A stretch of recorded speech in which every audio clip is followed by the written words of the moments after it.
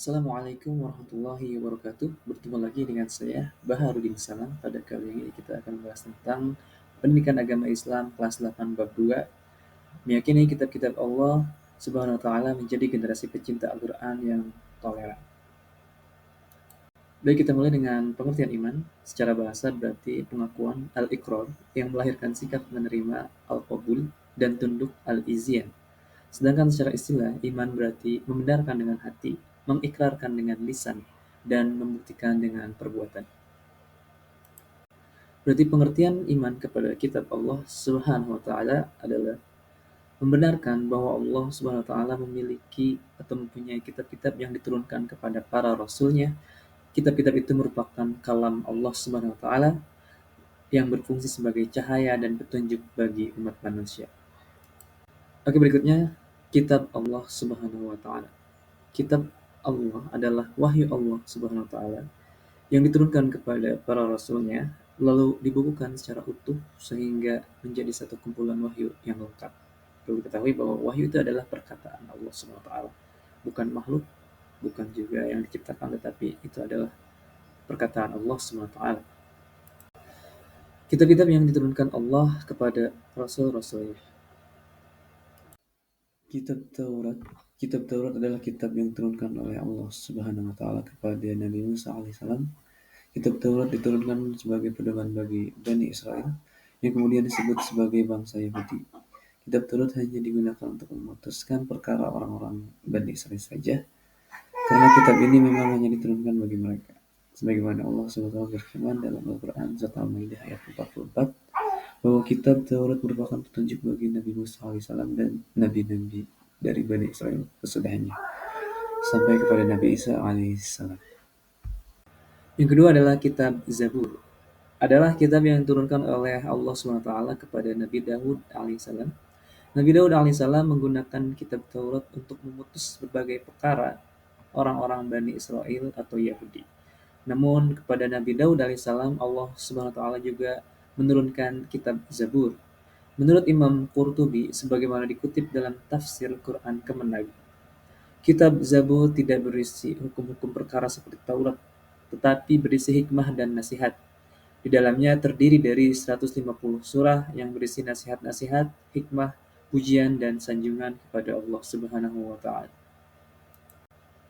Oke, yang ketiga yaitu kitab Injil adalah kitab yang diturunkan oleh Allah Subhanahu wa taala kepada Nabi Isa alaihissalam.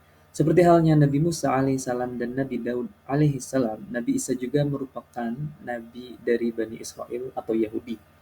Menurut Al-Quran Surat Al-Ma'idah ayat 46, Allah Subhanahu wa taala menurunkan Injil kepada Nabi Isa untuk menyempurnakan isi Taurat yang telah berakhir masa berlakunya dan juga telah berubah, isinya dirubah oleh para kaum Bani Israel yang sudah tidak berpegang teguh kepada Taurat yang sebenarnya.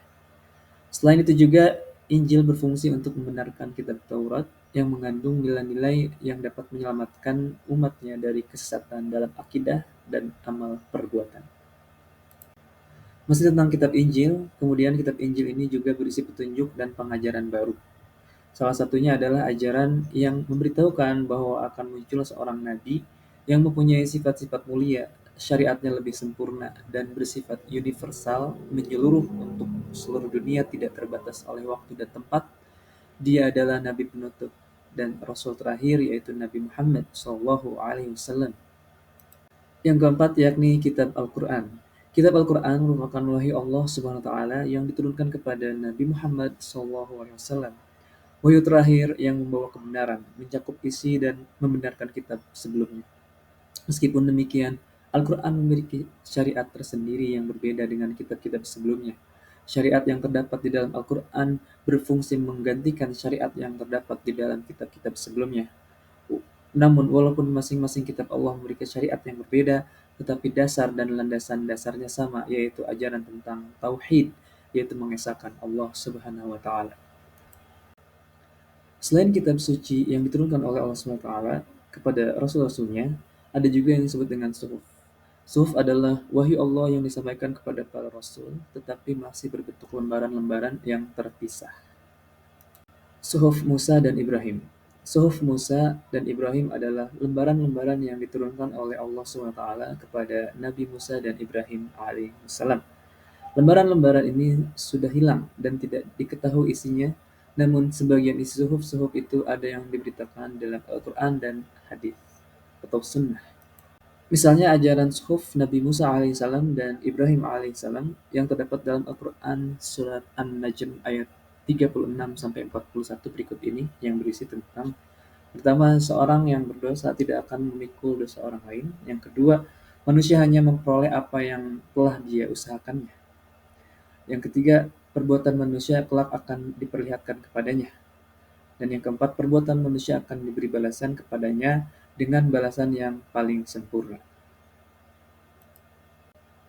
Yang berikutnya itu menjadi generasi pecinta Al-Quran.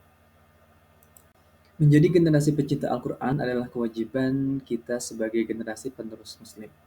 Mencintai Al-Quran bukan hanya membeli dan memajang Al-Qurannya saja ya, tapi juga kita wajib membaca Al-Quran. Bukan hanya sekedar membaca buta, tanpa tahu makna. Kita harus juga mempelajari kandungan-kandungan setiap ayat di dalam Al-Quran, sehingga kita bisa paham dengan ilmu yang ada di dalamnya. Setelah memahami artinya, tahap berikutnya adalah menadaburinya, yaitu merenungkan makna ayat dan membangun kesadaran dalam diri agar terdorong untuk mengamalkannya dalam kehidupan sehari-hari. Langkah selanjutnya tentu saja adalah mengamalkan isi kandungan Al-Quran dalam kehidupan nyata. Dalam sebuah hadis yang diriwayatkan oleh Imam Ahmad dijelaskan bahwa puncak pengamalan Al-Quran dalam kehidupan adalah akhlak yang mulia. Rasulullah SAW bersabda, "Akmalul mu'minina imanan ahsanuhum khuluqa." Orang yang paling sempurna imannya adalah yang paling baik akhlaknya. Riwayat Ahmad dan Abu Daud dan At-Tirmizi.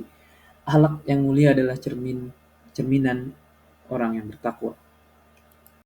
Baik, berikut adalah alur bagan ya dalam menjadi generasi pecinta Al-Quran. Yang pertama yang harus kita lakukan adalah membaca Al-Quran, memahami arti ayat, menadaburi, merenungkan makna, kemudian membangun kesadaran diri, mengamalkan dalam kehidupan sehari-hari, berakhlak mulia, dan menjadi orang yang bertakwa. Terima kasih sudah mengikuti pembelajaran pada hari ini. Semoga bermanfaat. Assalamualaikum warahmatullahi wabarakatuh.